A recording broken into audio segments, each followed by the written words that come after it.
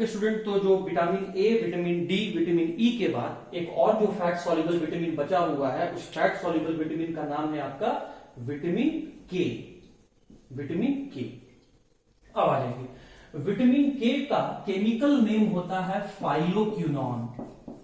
Phylloquinone, phylloquinone, phylloquinone. क्यों कहते हैं स्टूडेंट फाइलोक्विनोन? रीजन भी आपको समझना होगा। ये विटामिन जो है ग्रीन प्लांट्स में पाया जाता है। 5 वर्ड प्लांट्स के लिए लिया गया। ये जो आपका विटामिन है वो ग्रीन प्लांट्स में पाया जाता है, ग्रीन लीफी वेजिटेबल्स में पाया जाता है, और ये ब्लड क्लॉटिंग में हेल्प करता है, मतलब खून के जमने में सहायक है, खून का क्लॉट होने में, ब्लड को क्लॉट होने में हेल्प करता है। ग्रीन प्लांट्स में पाया जाता है, ब्लड क्लॉटिंग में हेल्प करता है, इसीलिए विटामिन के को हम लोग फाइलोक्विनोन कहते हैं। ये इसका केमिकल नेम हो गया। अब आ जाइए सोर्सेस कि विटामिन के आपको क्या खाने से मिलेगा। तो विटामिन के जो है वो आपको जितने भी ग्रीन वेजिटेबल्स हैं, आप जितने भी ग्रीन वेजिटेबल्स हैं, सभी ग्रीन वेजिटेबल्स के खाने से आपको विटामिन के मिलेगा। लाइक जैसे हो गया आपका स्पाइनच, स्पाइनच मतलब पालक साग, कैबेज, पत्ता गोभी, है ना, कोरिएंडर लीव्स, बहुत सारे हैं, कोरिएंडर लीव्स, धनिया। तो जितने भी ग्रीन वेजिटेबल्स हैं सभी को खाने से आपके बॉडी में या आपके बॉडी को विटामिन के मिलेगा। अब अगर विटामिन के आप नहीं ले रहे हैं, ग्रीन वेजिटेबल्स नहीं खा रहे हैं, तो क्या आपके बॉडी में डिजीज होगा?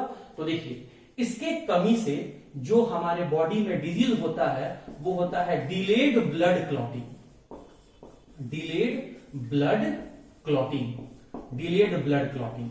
अब ये डिलेड ब्लड क्लॉटिंग क्या होता है उस बात को समझिए। जैसे मान लीजिए रोड रैशेस में या रोड एक्सीडेंट में मान लीजिए कि हमें कहीं चोट लग गया, टीयर वियर हो गया, मतलब किसी जगह पे इंजरी हो गया और वहां से खून बाहर आने लगा। तो खून जब बाहर आने लगा तो कुछ देर में हमें ये आपका खून बाहर आने लगा। कुछ देर में हम क्या देखते हैं कि वहां पर खून जो है वो जमना शुरू हो जाता है। इस खून के जमना को हम लोग क्या बोलते हैं? Blood clotting. अब अगर ब्लड क्लॉट नहीं होगा तो क्या होगा? लगातार ब्लड लॉस होता रहेगा। ब्लड लॉस हो जाएगा तो उससे क्या हो जाएगा? तो ब्लड का काम होता है आपके सभी ऑर्गन्स में ऑक्सीजन को पहुंचाना। उस ऑक्सीजन के पहुंच जाने से उस ऑर्गन्स को एनर्जी मिलता है और उस एनर्जी के हेल्प से वो ऑर्गन जो है वो प्रॉपर काम करना शुरू करता है। तो अब अगर ब्लड ही नहीं रहेगा तो ऑर्गन को ऑक्सीजन सप्लाई नहीं होगा, ऑक्सीजन सप्लाई नहीं होगा तो ऑर्गन काम करना बंद कर देगा। एक ऑर्गन काम करना बंद कर देगा तो उस पर डिपेंडेंट दूसरे ऑर्गन्स भी काम करना बंद कर देंगे। इस तरीके से अगर बॉडी के सभी ऑर्गन्स काम करना बंद कर देंगे तो अल्टीमेटली उस पर्सन का डेथ हो जाएगा। तो ब्लड को लॉस होने से बचाने के लिए, ब्लड को लॉस होने से बचाने के लिए ब्लड क्लॉट करना शुरू कर देता है। और ब्लड क्लॉट में हेल्प कौन करता है? विटामिन के हेल्प करता है ब्लड क्लॉटिंग में। तो इसका काम क्या है स्टूडेंट? इसका काम, इस विटामिन का काम है ब्लड क्लॉट करवाना, और इसके कमी से क्या हो जाएगा? ब्लड क्लॉटिंग में डिले होना शुरू हो जाएगा। खून के थक्का जमने में देर होना लगेगा या खून के थक्के का बनना बंद हो जाएगा। एक बात और मैं यहां से आपको बताता हूं, ध्यान से सुनिएगा, जिनको कॉम्पिटिटिव एग्जाम भी देना है उनके लिए भी ये पॉइंट इंपॉर्टेंट है। देखिए, एक डिजीज होता है स्टूडेंट, बायोलॉजी वाले तो जानते होंगे, मैं मैथ्स वाले के लिए बता देता हूं, ध्यान से सुनिएगा। एक डिजीज होता है जिसका नाम होता है हीमोफीलिया। एक डिजीज है जिसका नाम है हीमोफीलिया। ये एक जेनेटिक डिसऑर्डर है। जेनेटिक डिसऑर्डर कहने का मतलब ये पेरेंट्स से बेबी में ट्रांसफर होता है, मतलब माता पिता से बच्चों तक ये डिजीज पहुंचता है। इस डिजीज में क्या होता है? खून जो है वो जमना बंद हो जाता है। इस बीमारी में खून का जो जमना होता है वो खून जमना बंद हो जाता है, तो लगातार ब्लड लॉस होते रहता है इस बीमारी में। इस डिजीज को हम लोग रॉयल डिजीज भी कहते हैं। इस डिजीज को हम लोग रॉयल डिजीज भी कहते हैं। रॉयल डिजीज क्यों कहते हैं? क्योंकि ऐसा माना जाता है कि सबसे पहली बार ये डिजीज जो है, हीमोफीलिया नाम का जो डिजीज है, हीमोफीलिया नाम का जो डिजीज है, क्वीन विक्टोरिया, इंग्लैंड की महारानी क्वीन विक्टोरिया के खानदान में ये हुआ था। तो शाही परिवार में हुआ था, रॉयल फैमिली में सबसे पहली बार ये बीमारी को देखा गया था। इसीलिए इस हीमोफीलिया डिजीज को हम लोग रॉयल डिजीज कहते हैं। इस बीमारी का एक और नाम है जिसको हम लोग क्रिसमस फैक्टर भी कहते हैं। क्रिसमस फैक्टर भी कहते हैं। क्रिसमस फैक्टर क्यों कहते हैं? क्योंकि ये बीमारी हीमोफीलिया को सबसे पहली बार क्रिसमस के दिन ऑब्जर्व किया गया था।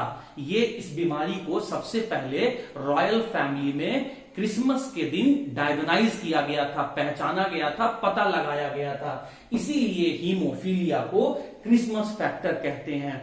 ये एक जेनेटिक डिसऑर्डर है, अनुवांशिक रोग है, मतलब माता पिता से, पेरेंट्स से बच्चों में ट्रांसफर होता है। इस डिजीज में लगातार खून बहते रहता है, मतलब ब्लड क्लॉट नहीं होता है। तो विटामिन के का काम है हीमोफीलिया डिजीज से बचाना, मतलब लगातार खून के बहते रहने के प्रोसेस को बंद कर देना। तो जिन लोगों को हीमोफीलिया डिजीज होता है उसको डॉक्टर जो है उनको विटामिन ए अपने डाइट में लेने का सजेशन देते हैं। तो विटामिन के का दूसरा नाम क्या हुआ स्टूडेंट? फाइलोक्विनोन। क्यों? क्योंकि ये ग्रीन प्लांट्स में पाया जाता है और ब्लड क्लॉटिंग में हेल्प करता है, इसीलिए फाइलोक्विनोन कहते हैं। तो ग्रीन प्लांट्स में पाया जाए तो ग्रीन प्लांट से हम लोग क्या कंज्यूम करेंगे, क्या खाएंगे? Green vegetables. तो ग्रीन वेजिटेबल्स विटामिन के का सोर्स है। और विटामिन के नहीं लेने पर हमारे बॉडी में क्या होगा? हमारे बॉडी में जो ब्लड क्लॉट होता है वो ब्लड के क्लॉट होना बंद हो जाएगा, या ब्लड को क्लॉट होने में समय लगेगा। इस समय लगने से क्या नुकसान होगा? ब्लड लॉस हो जाएगा, ऑर्गन तक ऑक्सीजन नहीं पहुंचेगा, एनर्जी नहीं मिलेगा, उसका प्रॉपर फंक्शन होना बंद हो जाएगा।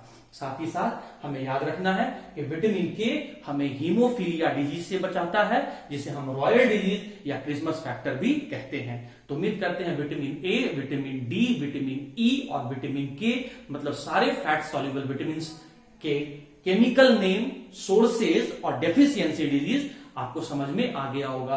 स्टूडेंट किसी भी पॉइंट को इग्नोर नहीं करना है, क्योंकि आपके एग्जाम में सारे पॉइंट्स पूछे गए हैं। कई बार केमिकल नेम पूछ लेता है, कई बार सोर्सेस पूछ लेता है, कई बार डेफिशिएंसी डिजीज पूछ लेता है। तो ये तीनों पॉइंट्स आपको बिल्कुल दिमाग में याद रखना है रीजन के साथ। और जो मैं एक्स्ट्रा पॉइंट यहां बता रहा हूं वो एक्स्ट्रा पॉइंट आप चाहे तो अपने नोट्स में खुद से लिख लीजिएगा। एग्जाम में जो क्वेश्चन पूछा जाता है उसके रिलेटेड जो आंसर है वो नोट्स में ऑलरेडी मैं दे दिया हूं, लेकिन फिर भी यहां जो मैं एक्स्ट्रा पॉइंट बता रहा हूं इसे आप नोट्स में चाहे तो इंक्लूड कर लेंगे।